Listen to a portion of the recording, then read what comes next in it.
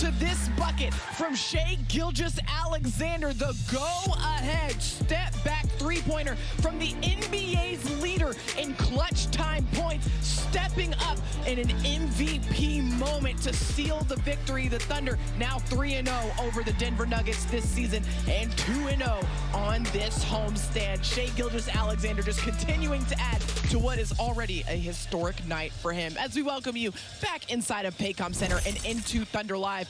What a game. Oh my goodness, Royce, I feel like from the very outset of this game, even in the first quarter, it was giving playoff intensity, playoff atmosphere. That's exactly what we got. All right, I'm guilty of feeling the vibes of that game a little bit. I'm maybe prisoner of the moment. Been to basically every regular season game. That's a top 3 Thunder regular season game ever. I mean, that was as good as it gets. The drama down the stretch, kind of the hype coming into the game.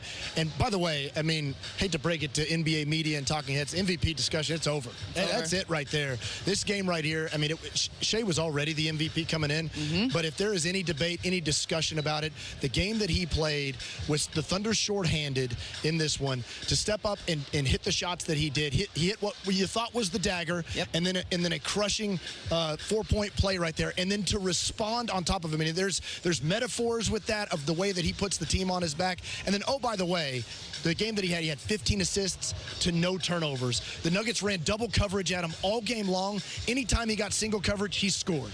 It was one of the most flawless, perfect games you'll ever see an NBA player play. And that's only scratching the surface of the incredible night that Shai Gilgeous-Alexander put together here against the Denver Nuggets. We will get into all of that. But before we do, we got to give Chris Fisher and Michael Cage a chance to chime in on this incredible regular season game we had inside of Paycom Center, guys.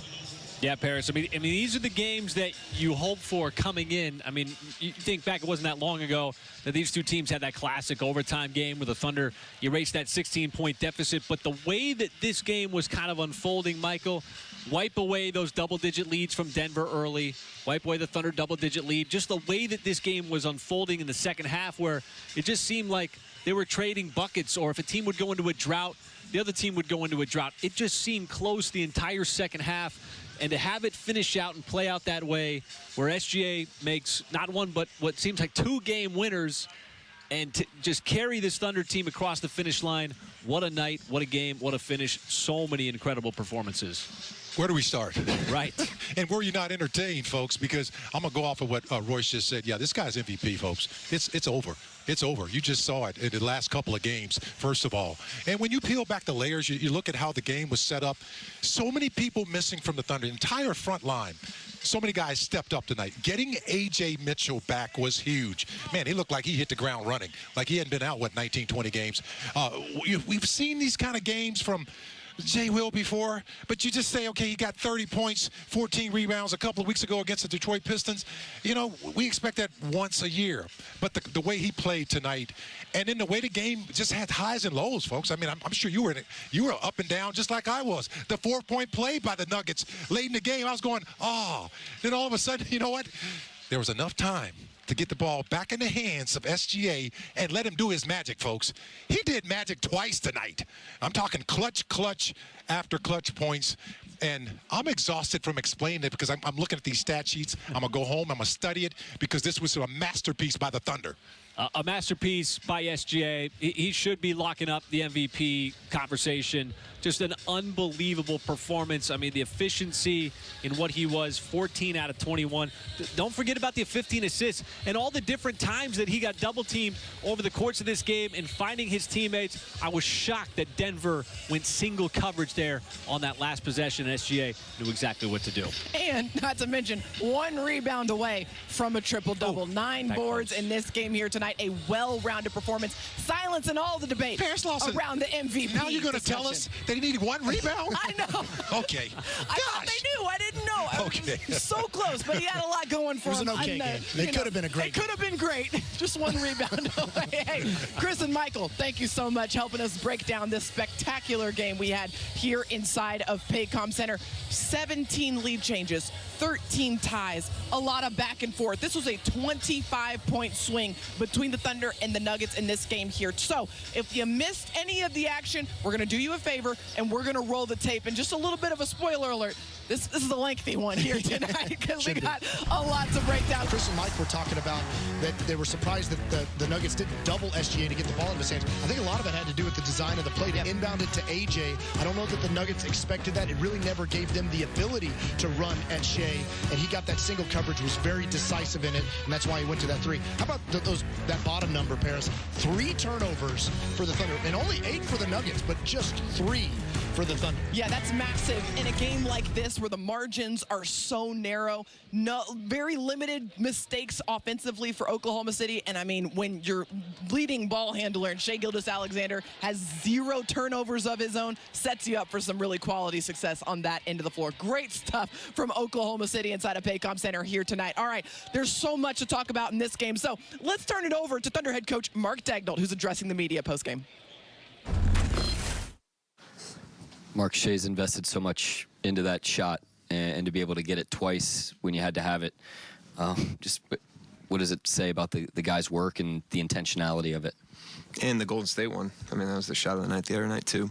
Yeah, I mean, tremendous poise, confidence. He doesn't change his mindset regardless of the circumstance.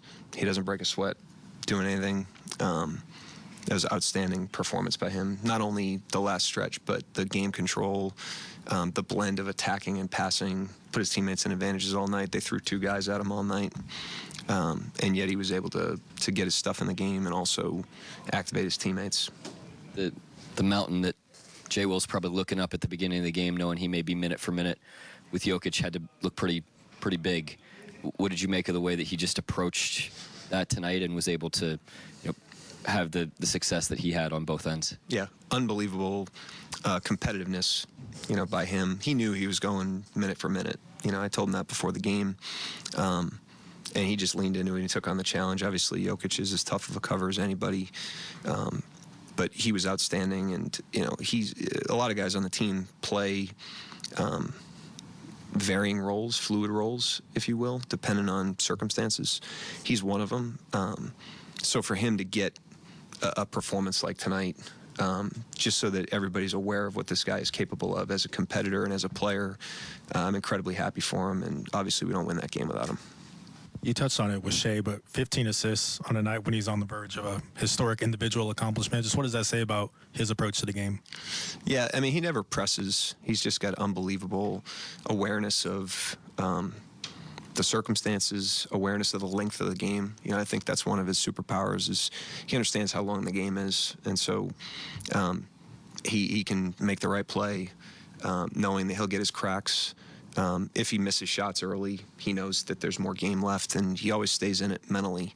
And I think that's part of the reason why he's as consistent as he is. But I thought his passing, again, tonight was really good. Even the simple ones that weren't assists, they doubled him all night.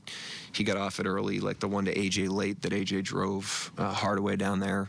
It's just a simple play, ahead of the defense. So he had a great floor game tonight. Obviously a great close. He's a great player. AJ's back after a long time out, made an instant impact. Just tell me about what you saw in AJ tonight. Well, he's obviously, a really good player, but you never know how a guy's going to come off of a 2-month injury from a conditioning standpoint. I played him 13 straight minutes in the first half. I don't know if that was my best performance, but he was really good. He was ready. I think anytime a guy comes in and is in that much rhythm and is in that much shape to be able to do what he did tonight, it's a testament to all the invisible work they do to get themselves back to that point. And he was really diligent with a setback. That's hard mentally when you think you're going to be back a certain time. He has a setback with an ankle injury, and he just keeps plugging. And we don't win that game without him either. Yeah, and just thoughts on McCain's minutes. Played him heavy in the second half.